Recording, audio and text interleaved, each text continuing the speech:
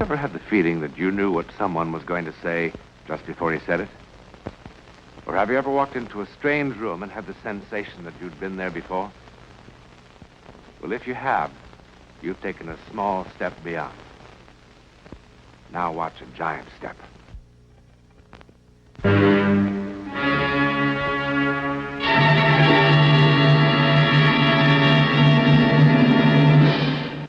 It's a lovely house, isn't it? It used to be one of England's more fashionable country homes. But now, it's closed. Not for rent, not for sale. It's just closed. In fact, its American owner simply locked the door and walked away. But locking the door hasn't helped Ellie Pelston one bit. It isn't easy for her to forget what happened here. It all began, normally enough, with the arrival of the first weekend guest. Good afternoon, sir. Good afternoon. Enter Donald Ainsley Stewart, career man with the United States Foreign Service. Donald, you darling. You did manage to make it. Well, I was told that anyone that passed up a chance to spend a weekend with Ellie Pelston was a fool. You're a dear boy. I knew you'd make a perfect guest the moment I laid eyes on you. Hurry down now. The others will be arriving any moment.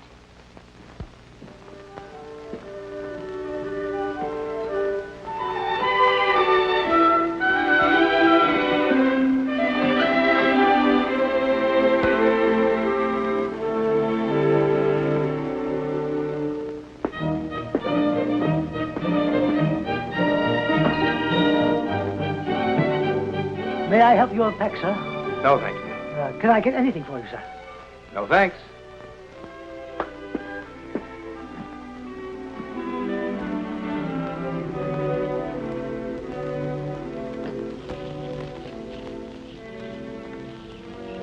Do you think I'll go on taking this sort of thing from you forever? You won't have to ever again. What are you talking about? Can't you see? It's plain enough. I'm packing. I'm leaving you, Carter, for good. But leave it. For whom? Anyone who can make me feel like a woman. Why, you cheap, rotten... Careful, Carter. You'll have a fit. No. You're not leaving. You're not. You'll never make a fool of me again. Not ever again. Threatening. How ridiculous you are. Why don't you stomp your feet and scream? Why don't you? Carter! Let me go! No! No! No! Help me! Somebody please! Stop it! Stop it! Stop it! Stop what? Stop what, Donald? Ellie!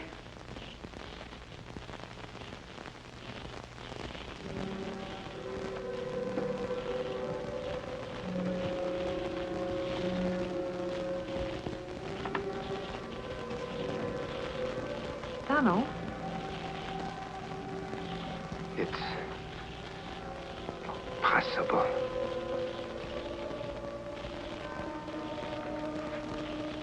Gone? Donald, who's gone? They were here. They were.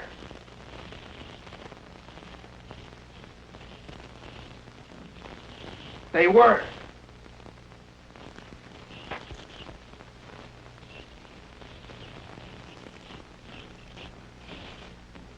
Who was here? I don't understand. Donald, are you all right? Ellie.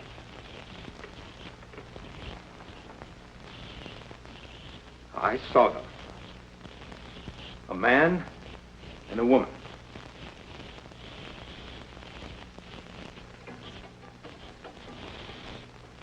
Ellie. Killed her with this.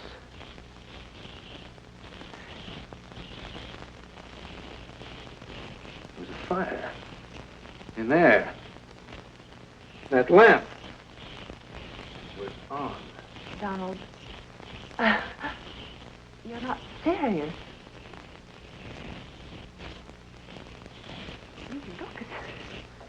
I mean, you really do look as if you'd seen a ghost or something. You'd better have yourself a drink. Come on, I'll fix you one.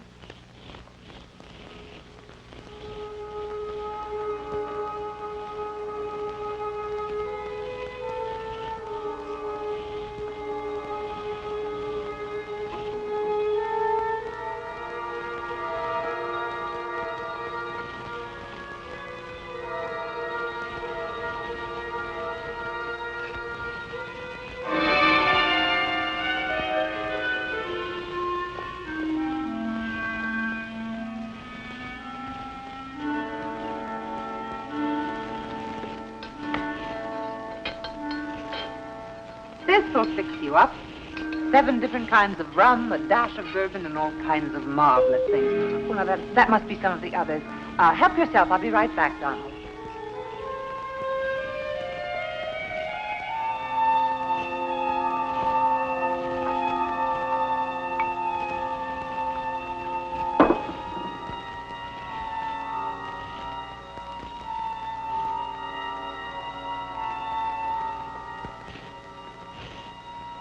I'll have one, too.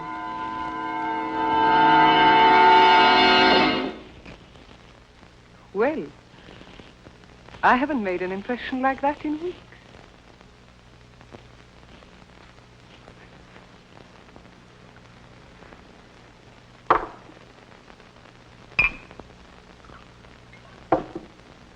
Here, your need seems to be even greater than mine.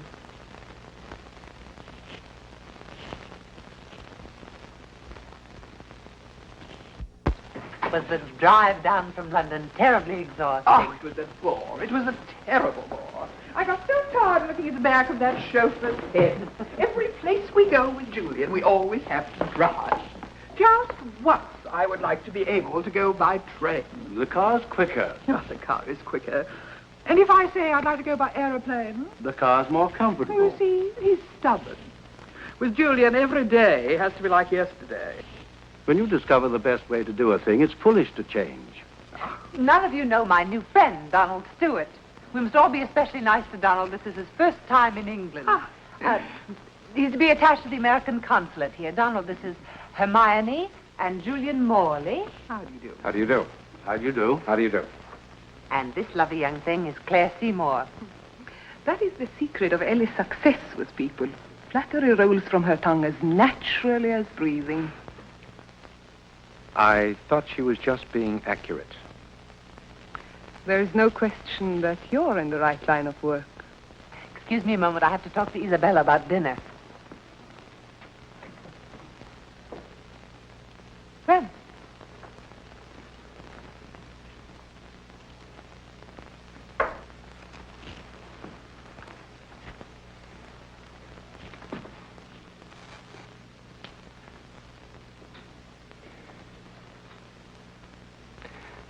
Now, I know what I'm going to say will sound not the way I mean it to sound, but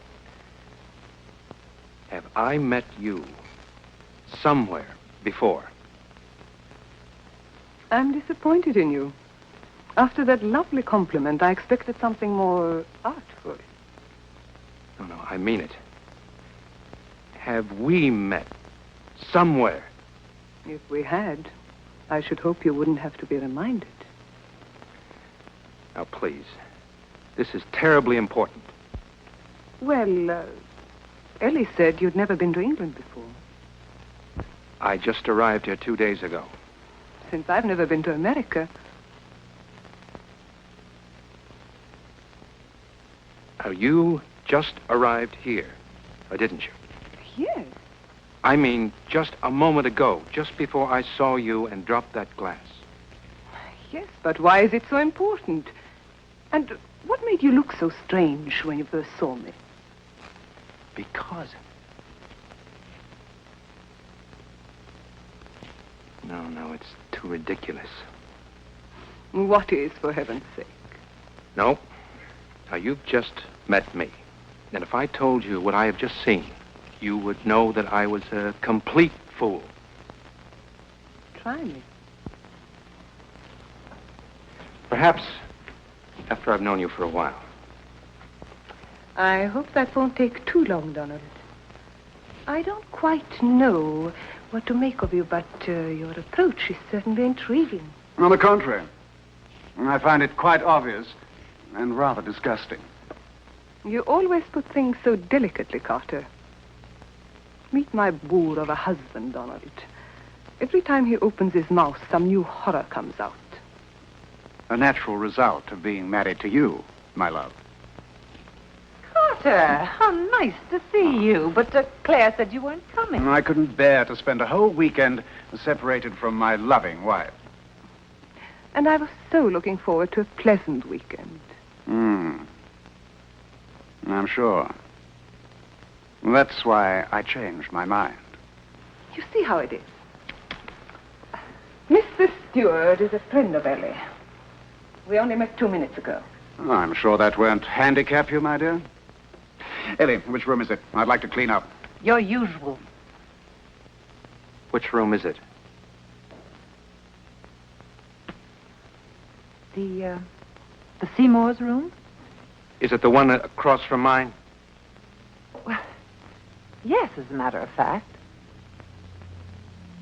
Claire, come upstairs. I want to talk to you. I have heard everything you have to say. Too many times. No. Would you rather I went into it right now? Right here? No. I see no reason to bore everyone. Good afternoon, Carter. Oh, hello. Hello, Julian. Hello. I think I'll finish unpacking. Dinner's at 8, Donald. Oh, by the way, we make it a custom of dressing here for dinner on weekends. I hope you don't mind. Makes it more of an occasion somehow. Not at all. Dress for dinner. That means that Claire and her husband will be in dinner clothes. Yes.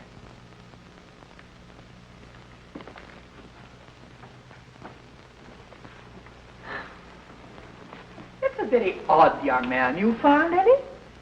Yes. Isn't he?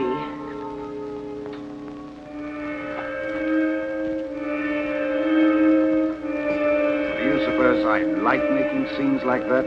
I hope you don't do it for my amusement. Now, Claire, please. I can't take any more today. All right, darling. Let's forget it.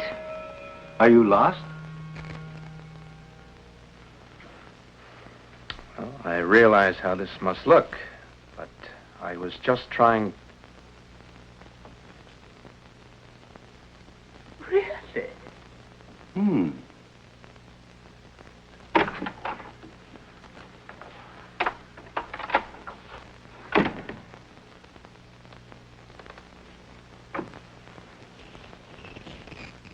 And I can't blame you a bit if you've already made up your mind that I've lost mine. Donald, it could have happened to anyone. You don't have to explain anything.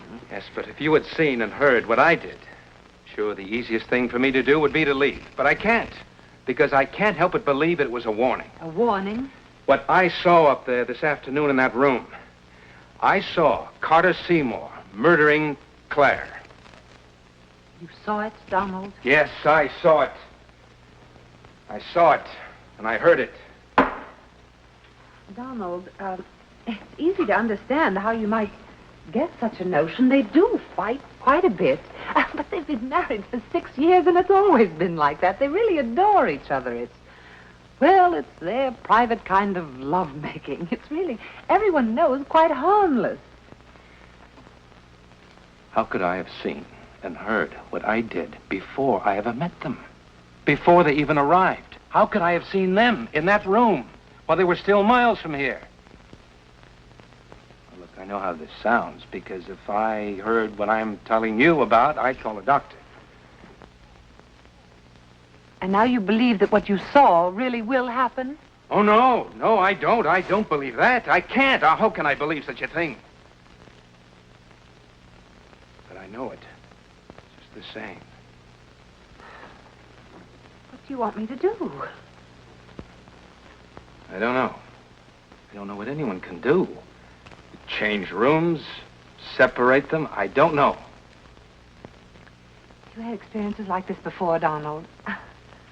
I mean, I know a lot of hostesses who'd welcome the addition of a few ghosts to lend a bit of interest to an otherwise dull establishment, but believe me, my You weekend... still think I've lost my mind, haven't you? No. I wouldn't put it that strongly. Well, if you insist on making an issue of this thing, I do have my other guests to consider. Dine for a drink.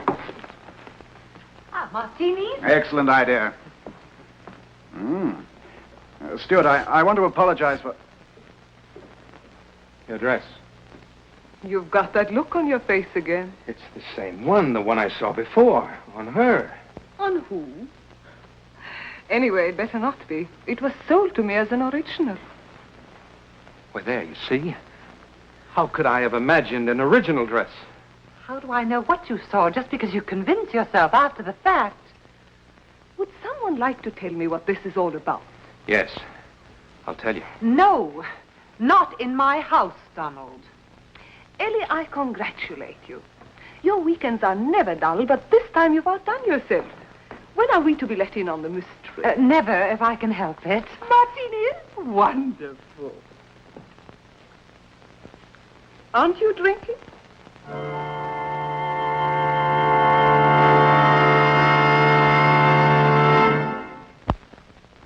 Carter, can't you ever say anything nice about anyone? Not if I can help it. You know, you used to be such a nice little boy, but you've grown into such an unpleasant young man. I think Marie's a lovely child, Carter. Lovely. Oh, she's pretty enough, but she'll never be able to stand Bernard's pace for long. I give them 2 months, maybe 3. She'll soon begin looking for a man closer to her own age. They're not even married yet, and you have them in the divorce court. It's inevitable. Oh, there you are, you see, Carter. You're so bitter. I don't know whether he's bitter or just a bore. Well, I'm so glad to see you awake for once, Julian. How are things at the plant, Carter? Are your difficulties with the supplier at an end? Yes, we've come to terms. I must talk to you alone.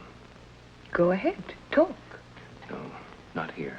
We're still competing. I've got to talk to you alone. Perhaps you'd like to see me alone, Stuart. Oh, Carter, for heaven's sake. No, it really isn't the sort of thing that you're thinking. No. Well, just what sort of thing is it? Well, go on, Stuart. Why don't you explain it to everybody? I'm sure they'd be very interested. Just look at their faces. Ugh. See, if I told you now, you'd only misinterpret. No, that's not likely. Where Claire is concerned, there's not much possibility of misinterpretation. Now, 6 years of marriage have taught me what to expect. Do shut up, Carter. Ellie, are we going to play bridge tonight? Of course. You know Julian and Hermione live for their bridge. You do play bridge, don't you? Oh, I'm sure he plays all kinds of indoor sports. Carter, please. Do I embarrass you, Claire? I didn't think that was possible. Carter, please, for heaven's sakes, we've all been friends for a long time now. Let's just have a pleasant weekend. Do I embarrass you, Claire? Yes, you embarrass me. Being married to you embarrasses me. Every day. Every night. Oh, I do. Oh, isn't that marvelous? I embarrass you. Look at her, everybody. Isn't she wonderful? She's embarrassed. Embarrassed? A girl who's done everything. Twice.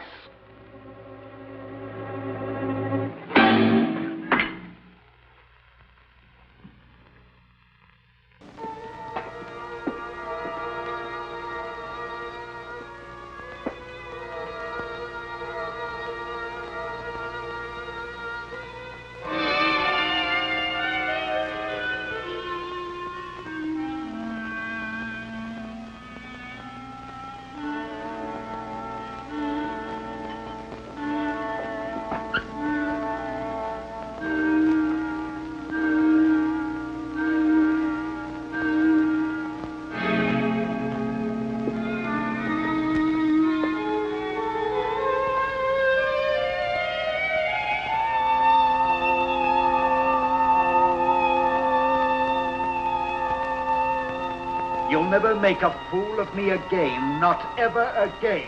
Threatening? How ridiculous you are. Why don't you stomp your feet and scream? Why don't you? Carter! Let me go!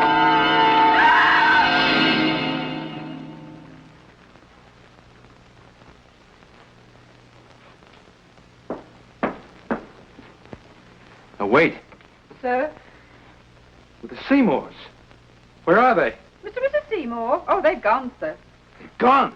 Yes, sir. Well, they can't have. Well, they have, sir. When did they leave?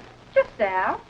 Oh, and they said to give Mrs. Pelston their regrets, that they're not fit company for anyone right now.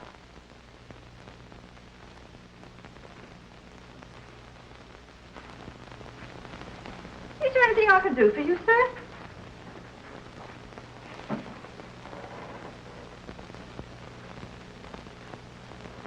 They didn't even light the fire. What's that you said, sir? It was nothing. It was nothing. Nothing? So it seemed. Then.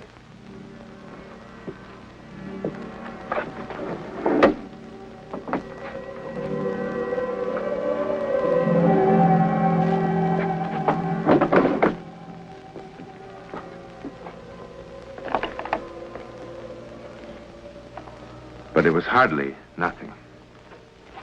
Call it mental radio, or whatever you like.